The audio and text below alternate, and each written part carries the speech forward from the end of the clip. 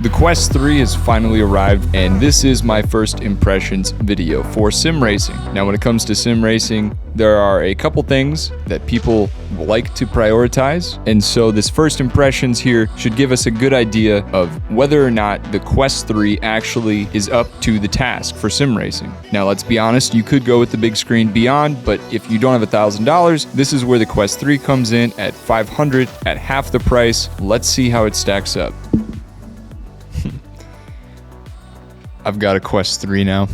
Earlier this week, I was live on Friday, as I normally am. I was testing the Quest 1, or the Oculus Quest, the original, and its bulkiness. And today, at my door, well, before I was awake, so glad it wasn't stolen, was my Quest 3. It is very different. Obviously, you expect it to be different. I would hope that it's actually different. And we're going to talk about that. When it comes to sim racing, we're going to have our first impressions. I have not done this yet. I will say I used something called Immersed.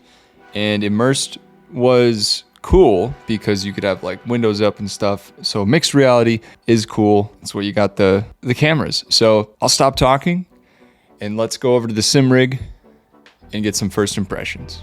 And the first impression is going to be that the setup has not changed and it is still kind of a pain in the butt if you are not used to it. And what I mean by that is that the Quest Link and dealing with cables, or if you're doing wireless and trying to connect through the internet, that is still the same process. Although I don't like it, I can't necessarily say that it's like a negative takeaway, other than it's just a pain to set up and they haven't made that part easier. We have the Quest 3. Get into a race. We will go to Assetto Corsa Competizione first. I apologize for the audio. If you can't tell in the last clip, I have been having issues with it. I'll quickly go over what it was like in Assetto Corsa with the Quest. Once I was sat down and I looked around, it was pretty clear that there was absolutely no screen door effect. The new display and the pancake lenses definitely lend themselves to increasing immersion as opposed to what you might be used to with the old Quests. I also had the Quest 3 set at the recommended 75 Hertz as opposed to the 80, although someone did comment on the last video I made that they had just got their Quest. They did 80 Hertz in iRacing, and that worked well for them. Now, coming down the first turn of Spa here, about here is where I really figured out that the FOV is larger. You can really notice it on the vertical side of things. Although horizontal, it is bigger. It is just a larger FOV in general. The other thing I noticed right away, beyond the fact that the AI was set way too low, was the comfort. And I'm sure we will actually know and be able to say with confidence whether or not it's comfortable after long periods after this Friday's live stream.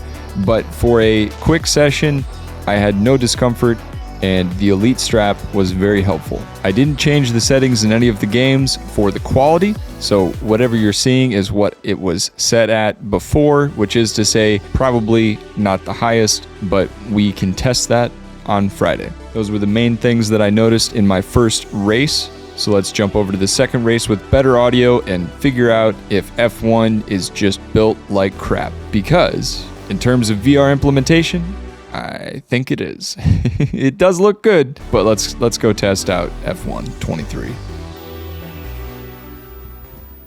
I'm very aware of how ridiculous I look. I will also add that the Quest 3 controllers without the tracking ring have so far sometimes given me a little bit of a problem when I'm trying to select something. Not sure what that's about, but shouldn't affect our sim racing here. Let's go to Monaco, why not? All right, so the jitteriness unfortunately does still exist. However, the image is clear, there's still jitters. So that was not on the original Quest, although it is smoother. There's also no screen door. I know I mentioned that before, there's absolutely no screen door. Okay, so, dang it. I do need to fix something.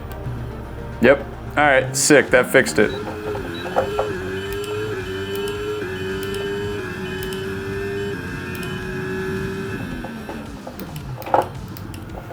Whoa! All right, now that we've spun out, let's take a look at, wow, that really made me not feel good. So looking at the car, dude, that Ray-Ban logo is crisp. We'll have to mess with settings. This is so much better. Oh. No, don't do that. I almost just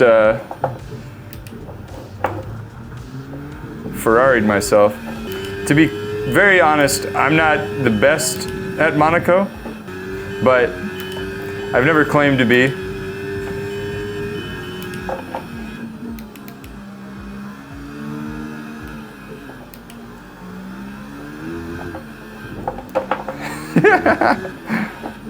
Yeah, there she blows.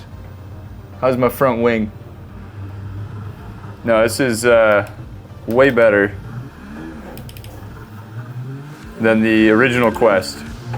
No, I almost didn't hit a wall.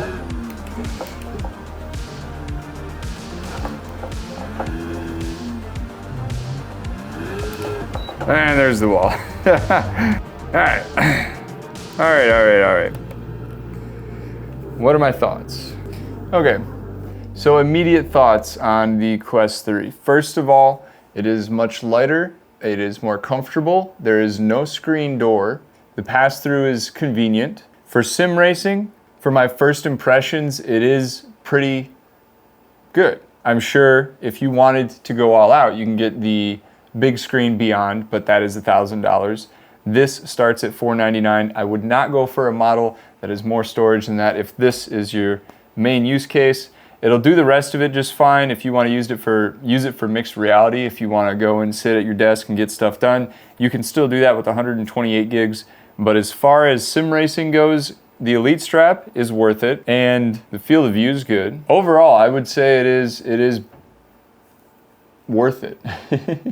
Like, I'm pretty impressed, and I'm pretty happy with it. I'll be using it likely every Friday or every other, it depends. That's my live stream where I race every week, but I'm kind of sold on it, to be honest. And I'm not saying that because I'm sponsored or all that. I don't have affiliate links.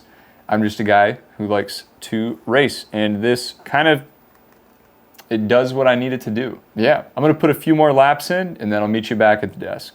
Here is my verdict. I'll put it this way. If you can afford it right now, and you have reason to upgrade, it is worth it. The clarity of these lenses, the increased field of view, at least if you're coming from a Quest 1 or a Oculus Quest like myself, I think it's worth it. Or, as an aside, if you like mixed reality and you think that you'll actually use that, it is usable at your desk, although I wouldn't do it all day, but you can get a lot of windows going and actually get stuff done, then maybe it's worth it for you if you're in that camp as well. But overall, it is a good headset, and I will be using it for sim racing. The comfortability of it as compared to my old one is better. It's super clear, so I don't get screen door. I can actually get into the game if I boost the graphics with my graphics card. And the pass-through is really well. When I was setting that up, I could just get up and walk around with the headset on, and with full clarity, with those color cameras and the depth sensor, I can even like read my phone and stuff. It's not the best. You need to keep it away from you a little bit, but I would say the biggest thing that differentiates this from the Quest 2 and the original Quest is how usable it is and the increase in quality. Some cons I will say of it so far have been that the controllers can be a little bit wacky. That can be annoying, but when it comes to sim racing, the controllers work fine. It's mostly in mixed reality that get confused with your hands. So overall, would I recommend this based on my first impressions? For now, I'm gonna say yes, but that could change, and it might change on Friday. We'll have to see how it is in a long racing session, which is what I will be doing. I'll also be copying exactly what I did before with the original Quest so that we have a back-to-back comparison. Subscribe so you don't miss part 2 of the original Quest versus Quest 3. I'll see you in the next one.